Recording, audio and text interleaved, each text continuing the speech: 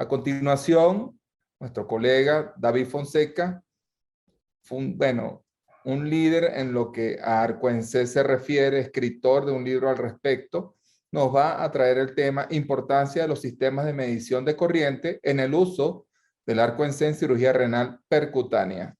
Adelante, David. Buenos días a todos los asistentes de tan importante Congreso Internacional, el primer Congreso Internacional de Radioimagenología venezolano. La verdad, muchísimas gracias a todo el comité organizador, especialmente al colega Juan Uchet, que fue el principal organizador de este gran evento. Mi nombre es David Fonseca. Nosotros le vamos a hablar en esta conferencia del sistema de medición de corrientes con manejo de Arcuencé. Iniciamos. Bueno, ante todo, muchísimas gracias. Yo soy TCU en Imagenología, director de DAFO Imagen, es docente universitario de la Universidad de Carabobo, conferencista nacional e internacional, aplicacionista del área de quirófano de resonancia y tomografía. Soy aplicacionista en la empresa Redstone Meditech, empresa mexicana. Y comenzamos. La protección radiológica no es nueva. La protección radiológica viene de los años 1900, cuando el comienzo de William Röntgen, María Curie, Pierre Curie, todo lo que es Thomas Edison y Tesla, comenzaron a hacer experimentos con radiación y se veían que por lo largo de las exposiciones empezaban a haber quemaduras y otros daños en los cuerpos de los pacientes. Debido a esto, se empezaron a trabajar en las distintas casas comerciales en lo que es la parte de protección radiológica. Vemos cómo en 1907 se crearon los primeros dosímetros. Los dosímetros no son nuevos y mucha gente piensa en la actualidad que los dosímetros son para medir la cantidad de radiación que tenemos acumulado en el cuerpo, y eso es una falacia. Los dosímetros miden para medir la cantidad de exposición a la radiación que estuvimos expuestos durante un tiempo determinado. Entonces, Sidney Roche solicitó a todos los operadores de máquinas de rayos X que deberían llevar una placa fotográfica que estaba protegida por un plomo con unas áreas de exposiciones circulares.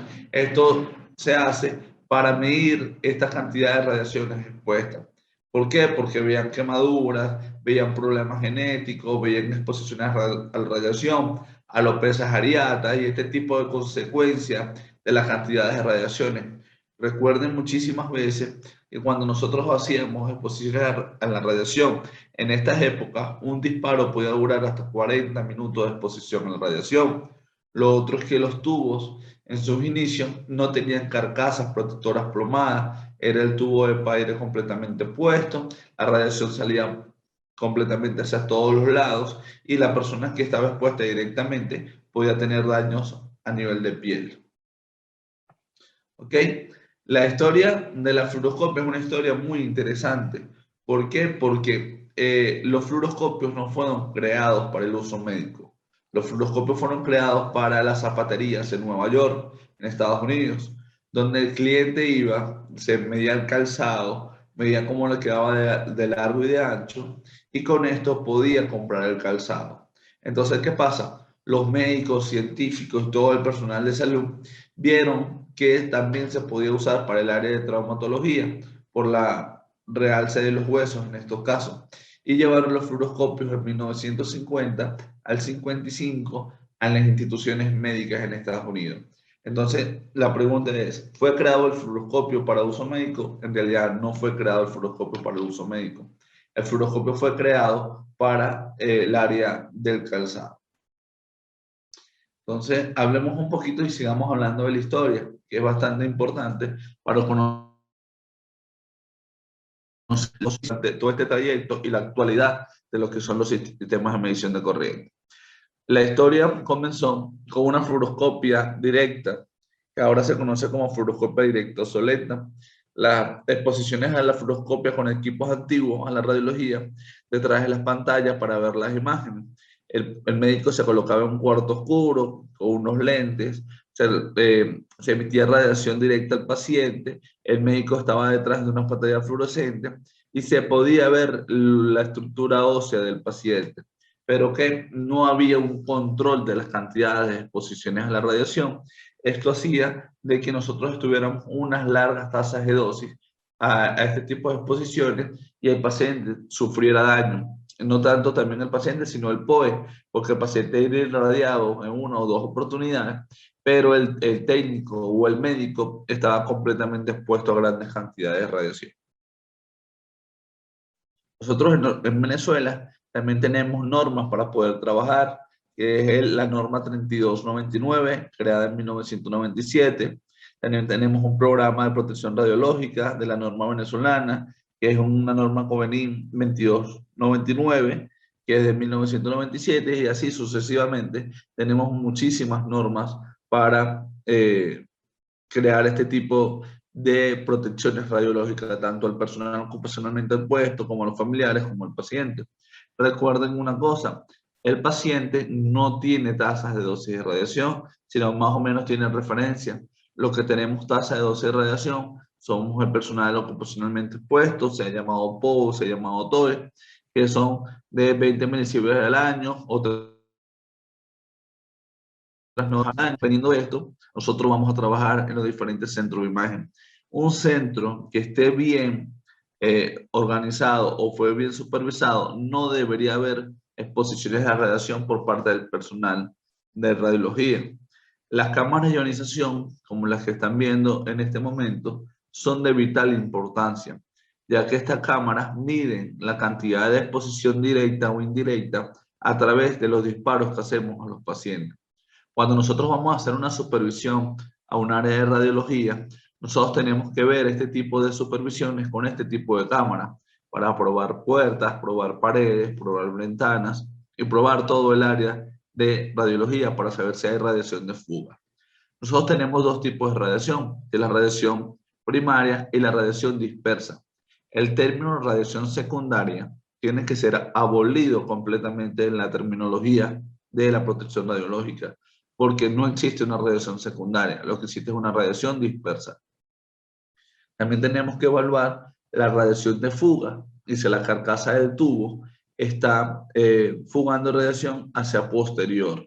Y lo otro es que tenemos que ver que la cantidad de exposición o de parámetros que nosotros colocamos como KB, MA y tiempo, sea lo que en realidad está saliendo en cada disparo a través del cátodo y el ánodo. Y lo otro que tenemos que nosotros acostumbrarnos es a las colimaciones. Colimar cada vez que hacemos un estudio para exponer la menor o el área de interés posible o el mayor área de interés posible en cada estudio y no irradiar órganos vecinos no de interés en cada estudio. A través de los años, todas las casas, digamos, las casas científicas o todas las asociaciones académicas crearon tablas de más o menos de referencia para ver cuánto se irradiaba un electrofisiólogo con delantal y sin delantal, cuánto se irradiaba un auxiliar con delantal y sin delantal y cuánto podía irradiar su paciente con radiación directa a 1 metro. Entonces ellos sacaron por tiempo, por minutos y por horas, un tiempo necesario para tener 125 milisieverts. Por ejemplo, un técnico o un electrofisiólogo que no usaba delantal para llegar a 125 milisieverts necesitaba 6.048 minutos, que equivale a 101 horas. Un electrofisiólogo con delantal plomado de 446 minutos, que equivale a 3.024 horas. Un auxiliar sin delantal plomado tenía que estar 2.510 minutos, que equivale a 42 horas. Y vean, al auxiliar con delantal plomado, 75.300 minutos o 75.300, que equivale a 1.255 minutos para llegar a 125 milisieverts. Y un paciente con haz directo con 80 kb solo tenían que estar aproximadamente 12 minutos, que equivale a 0.2 horas. Vean que mientras más directo sea la exposición a la radiación, más rápido alcanzamos. Esta es otra tabla que habla mucho de la referencia de los niveles de la Sociedad Europea para estudios de rayos X, según la cantidad de miligray. Un toras AP equivale a 0.4 miligray. Ojo con esto, nosotros tenemos que ver también en el estudio cuáles fueron los parámetros de KB, cuáles fueron los parámetros de MA y cuál fue el tiempo de estudio para poder decir en cuántos miligray se equivale este estudio. Pero esto es un estudio de comparación entre PA y lateral. Vean que cuando nosotros hacemos estudios de PA, se duplica la cantidad de miligrays en cada estudio. Ven la referencia a un tora PA, que es 0.4, un tora lateral se equivale a 1.5, una columna torácica P es de 7, en la lateral equivale a 20, ven la lumbar de 10 a 30, entonces prácticamente se duplica la cantidad de radiación en AP y lateral. ¿Por qué? Porque obviamente equivale mucho a la capacidad de penetración o la fuerza de penetración que de la masa que estamos irradiando. Obviamente cuando tenemos capacidad de masa un poco o bastante menos que al hacerlo lateral. ¿Okay? Esto también lo muestro mucho en conferencias, que son una tasa de riesgo de la salud y la estimación de días perdidos, porque mucha gente tiene radiofobia por desconocimiento de las normas de protección o cómo cuidarse, y hace otro tipo de cosas que aumenta el riesgo de la salud. Las personas que fuman, por ejemplo, formalmente 20 cigarrillos diarios, hace que pierdas 2.370 días, equivale a 6%, es una enfermedad prácticamente mundial, equivale a que pierdas 85 días. Todo tipo de accidentes, 435 días. Accidentes de tráfico, hace pérdida de 200 días. El consumo de alcohol, sumado con el cigarrillo, vean que el consumo de alcohol son 130 días. Regularmente todas las personas que consumen alcohol fuman. Accidente doméstico 95. Y vean que radiación de fondo natural apenas 8 días. Rayos con diagnóstico 6 días. Y la dosis de radiación ocupacional, que es lo que regularmente nos preocupa a nosotros, es un día perdido. Entonces, muchas veces, nosotros teniendo todas las características y todas las normas de seguridad radiológica, estamos muy seguros, estamos más expuestos a otro tipo de factores de riesgo que a la radiación. Hay 3 grandes normas o 3 grandes ideales de la protección radiológica de blindaje.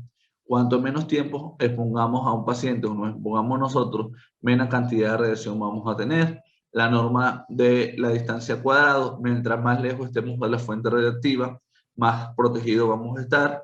Y mientras más blindaje tengamos entre la fuente de radiación y nosotros, menos radiación vamos a recibir. ¿Ok? Esta es una norma de posicionamiento de los equipos de rayos X que nosotros deberíamos cumplir, que es el posicionamiento del tubo de intensificador de imagen y el posicionamiento del tubo de rayos X. Cuando nosotros tengamos en una sala de hemodinamia o cuando estemos en una sala de quirófano, nosotros siempre debemos ubicar el tubo de intensificador de imagen en la parte superior y el tubo de rayos X en la parte inferior. ¿Por qué? Por este tipo de razones. Cuando nosotros tenemos a nuestro electrofisiólogo, tenemos a nuestro médico cardiólogo, nuestro intervencionista del área que estamos trabajando, tenemos un delantal plomado y el médico se encuentra lo más próximo al paciente. Primero, cuando nosotros ubicamos el equipo de rayos X en la figura A, en la parte inferior, la radiación dispersa va a estar de la cintura hacia abajo, que es donde está el electrofisiólogo más protegido y todo el personal que está cerca del paciente. Lo más cercano al tubo intensificador al paciente, y vamos a tener la radiación dispersa de la cintura hacia abajo. Los órganos más radiosensibles que están más desprotegidos van a estar prácticamente libres de radiación dispersa. Cuando nosotros tenemos el tubo de rayos X en la parte superior, vean que toda la radiación dispersa está del tórax hacia arriba, donde estamos menos protegidos y hay órganos más radiosensibles, como estamos hablando del iris, la tiroides, que pueden crear cataratas y otras enfermedades inducidas por radiación. Entonces, si hablamos de posiciones adecuadas para el área de arco siempre con el tubo del intensificador de imagen en la parte superior.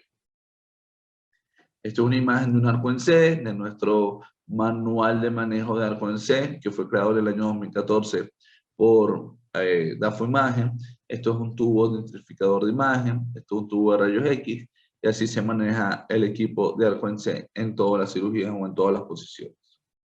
Es importante que nosotros veamos esta imagen.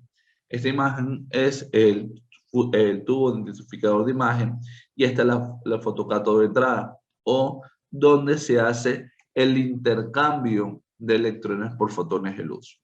Los sistemas de medición aumentar la cantidad de luz y disminuir la cantidad de radiación.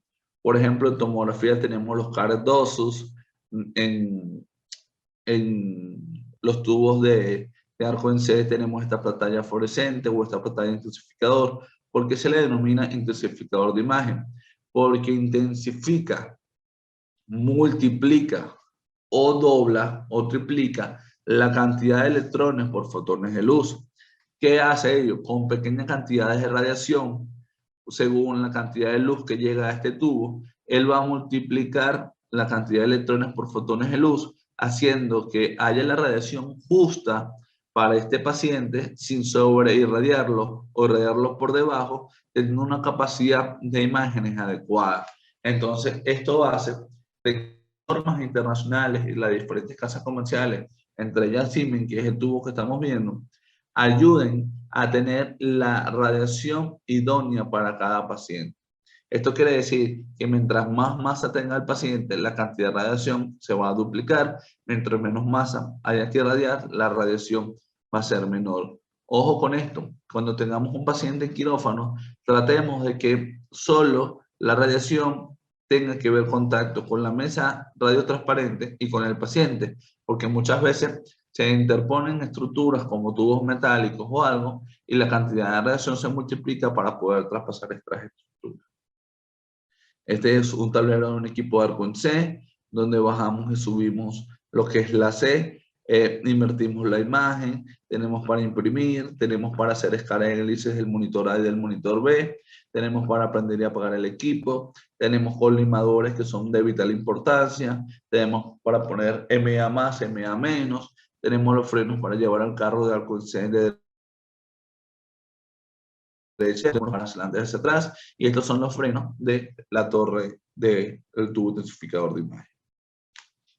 Cuando nosotros posicionamos al paciente, tenemos que estar muy claros que a la hora de posicionar al paciente tenemos que estar donde el paciente esté lo menos expuesto, donde haya los menos tubos de las estructuras metálicas de las camas. ¿Para qué? Para que cuando tengamos la cirugía podamos desplazar la C hacia adelante, hacia atrás, hacia abajo, hacia arriba, sin necesidad de perder el centro o el isocentro de la imagen de interés del equipo que estamos viendo. Muchísimas veces yo les recomiendo a todos los técnicos imagenólogos que lleguen por lo menos 20 minutos antes de la cirugía para estar seguro de la mesa que van a utilizar y estar seguro de que la mesa que están utilizando es radiolúcida, porque muchas veces les pasa a colegas de que van a la sala de radiología o a la sala de quirófano, resulta que no quieren hacer este tipo de procedimientos. Es bastante importante que lo hagan. Lo que estamos viendo es un equipo biplanar, que son equipos de arco en C que salieron al mercado, pero eran bastante costosos porque tenían dos tubos de rayos X, dos tubos intensificadores de imagen. La idea era emitir imágenes sin tener que desplazar de AP a lateral en tubo intensificador de imagen, ganar un poco más de tiempo, pero se volvieron muy costosos. Estas imágenes también son imágenes de nuestro tutorial, nuestro manual, donde el paciente la posición del paciente regularmente para una cirugía de columna vía posterior, donde se coloca al paciente en la cama con las piernas estiradas. Se trata de poner un marco de Wilson para poder corregir la posición de la espalda, los brazos hacia adelante en posición de flexión. Regularmente el paciente está entubado, tiene anestesia general y nosotros vamos a posicionar nuestro arco de manera idónea. Esta es una imagen digital, vemos el equipo biplanar en proyección antero-posterior y en proyección lateral. Nosotros nos ubicamos si la cirugía es lumbar, si la cirugía dorsal o la cirugía cervical.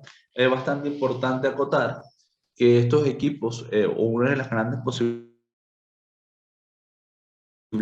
de un médico traumatólogo o un médico neurocirujano, puede estar seguro del espacio que va a intervenir.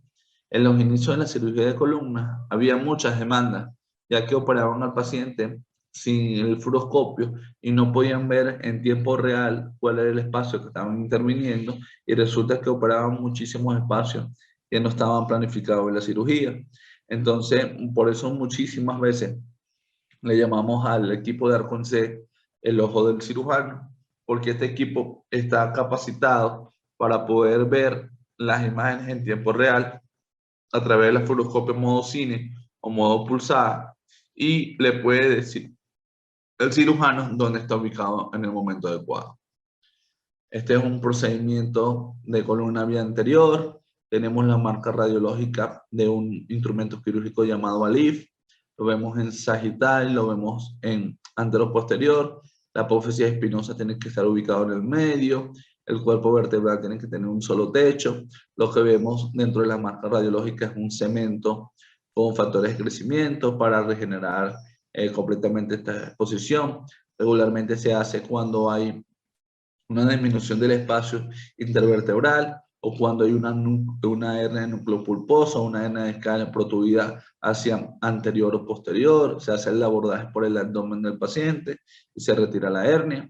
Este es el instrumental médico quirúrgico vía anterior. Vemos como el médico neurocirujano traumatólogo inserta el instrumento quirúrgico para ver todo dónde llega la hernia, vean cómo se ve el cuerpo vertebral, cómo se ve el instrumento quirúrgico hasta la parte posterior, disecan todo lo que es la hernia en el núcleo pulposo, regularmente se va hacia posterior y comprima lo que es la pierna, también se puede ir hacia anterior por la disminución del espacio intervertebral. Vemos cómo antes de llegar a la posición adecuada, el médico va colocando los hasta llegarlo hasta el espacio intervertebral, se va haciendo con separadores, se colocan unos separadores, se abre el espacio intervertebral y se coloca al ALIF antes de llegar al espacio posterior del cuerpo vertebral. Esto es una cirugía también de columna cervical. Veamos el tubo que lleva el oxígeno hacia los pulmones del paciente. Vemos un separador tipo tornillo que se instala en el cuerpo vertebral. Vemos el espaciador que se instala antes de ubicar la prótesis en el espacio intervertebral. Vemos cómo se ubica dentro del cuerpo vertebral o dentro del espacio del cuerpo vertebral, entre disco-disco. Es también importante saber dónde estamos ubicados, por eso también una de las cosas más importantes, como le decía antes. Esta es una cirugía real, el paciente se coloca el cúbito ventral. Esto es una bolsa de consorcio, como se dice en muchos países, bolsa de basura, como se dice en Venezuela. Esta bolsa está esterilizada, regularmente se coloca arriba del paciente para que los fluidos tipo sangre o tipo solución no manchen al paciente o no mojen al paciente y no tengamos problemas con el electro. Este es el brazalete de la tensión arterial del paciente. El paciente tiene una almohada, está ubicado. Vean por acá el tubo de anestesia. Y esta es la manera de cómo se viste al paciente. Después de esto van unos campos quirúrgicos y el paciente está bien protegido. Una también de las aplicaciones del equipo de Arconce son las cirugías percutáneas de riñón. Este es el doctor Juan Aranguibel del IECU Los Mangos de Valencia, como está haciendo un procedimiento mínimamente invasivo. Está haciendo un trayecto de dilatación hacia el riñón para extraer un cálculo renal. Por eso es que nosotros le podemos dar fluoroscopia de manera continua. Cada vez que me han prendido estos bombillitos, quiere decir que hay radiación o está trabajando en la fluoroscopia. Este es uno de los procedimientos que más lleva fluoroscopia porque se hace de manera en vivo. Se va haciendo un trayecto de dilatación desde la piel hasta el riñón. Se punza la zona más anavascular posible, que es la parte inferior del riñón, buscando el cálice inferior. Este es el doctor Pedro MacGregor, también cirujano urólogo de Valencia, Estado Carabobo. Esta es mi persona, trabajando en la clínica Coge de Tinequillo, haciendo una cirugía renal percutánea. Vemos cómo le colocamos bolsas estériles al campo o al tubo intensificador para colocarlo dentro del campo de la cirugía. Siempre el médico urólogo tiene que tener los monitores de frente, igual que el técnico radiólogo, para saber el trayecto de dónde está ubicado tanto la guía urológica, dónde está ubicado el balón urológico, cómo se llena el riñón de medio contraste. Vean que aquí está pintado el cálice medio, cálices superiores, y nosotros pulsamos por el cálice inferior. Siempre vamos a tener que pulsar por acá, porque del medio hacia arriba está la arteria renal y las venas renales que llenan de sangre el riñón. Si pulsamos parte superior, podemos hacer que pulsemos la parte vascular, y hagamos una arteriografía renal. Y no se requiere punzar la parte vascular, sino punzar el cálice para llegar a la pelvis renal, donde regularmente están ubicados los litos o las litiasis. Que regularmente cuando nosotros hacemos este tipo de cirugía, tenemos que estar muy ubicados en posicionamiento del tubo y posicionamiento. Uno no se mueve al paciente, se mueve al equipo para darle posiciones, inclinación. Recuerden que este equipo se mueve prácticamente en 180 grados, se puede mover en forma de reloj, se puede mover en la hora 12 o la hora 6, la hora 9 y la hora 3, y así sucesivamente para darle todas las proyecciones necesarias al equipo. Entonces, este es un equipo vital para el manejo de las cirugías dentro del quirófano. Esta es una mesa de tracción o también llamada mesa de Orbi, donde el paciente se le hace tracción, sobre todo en las cirugías de cadera, con la colocación de clavo de DHS, también en cirugías de fémur, para reducir la fractura, en forma de piernas en abducción. El equipo de Arcon-C se coloca dentro de las piernas del paciente. Si van a operar la pierna izquierda, se coloca pegado a la pierna derecha. Si van a operar la pierna derecha, viceversa, se coloca el paciente, el equipo en la pierna izquierda. Para darle espacio, los cirujanos regularmente van por fuera, operando o abordando la pierna o la cadera que van a abordar. Es muy importante, como siempre, tubo intensificador en la parte superior, tubo de rayos X en la parte inferior. Es muy importante que nosotros como técnicos radiólogos sepamos o tengamos idea de los equipos con que estemos trabajando. ¿Cuál es el tipo de fluoroscopio vamos a utilizar? Recuerden que hay dos tipos de fluoroscopia. La fluoroscopia modo pulsada, que es una fluoroscopia que se genera imagen y se corta lo más rápido posible. La fluoroscopia modo cine, que es cuando se presiona tanto el pedal como el disparador y se deja por un tiempo determinado hasta que el médico, traumatólogo, urólogo, gastroenterólogo lo requiera o cardiólogo. Y esta fluoroscopia emite o genera muchísimo más radiación. En una posibilidad de que nosotros tengamos la disposición o tengamos que invertir la posición del tubo, por favor no que enloquen el tubo de rayos X lo más próximo al paciente. La carcasa del tubo de rayos X se calienta y puede ser que causemos una quemadura por contacto, y no sea por radiación, sino por temperatura, ya que esta carcasa se calienta y si tiene contacto con el paciente, le puede causar una quemadura de primer grado a nivel de piel. Bueno, de verdad que fue un placer para mí haber participado en este congreso, en esta conferencia. También tengo otra conferencia de miocarditis por resonancia magnética. Les presento a mi familia, Gael Andrés, Miranda Sofía, mi esposa Katiuska. Esta fue una foto en Tucacas, junto a mi familia. Así que para Dafoimagen y toda la empresa Reto Meditech y para la organización Dafoimagen Latinoamérica, es un placer participar. Muchísimas gracias por todo y es un honor participar en tan importante evento. Muchísimas gracias. Excelente, excelente, David. Muchísimas gracias por tu disertación. Excelentes orientaciones, excelente experiencia. Les recomiendo que lean el manual de Arco-en-C que escribió David. Nos otorga mucho conocimiento con respecto al uso del Arco-en-C en quirófano. Radiación dispersa, recordemos, eliminar el término radiación secundaria. Y fundamental, la calibración de los equipos y la colimación para no irradiar de más al paciente.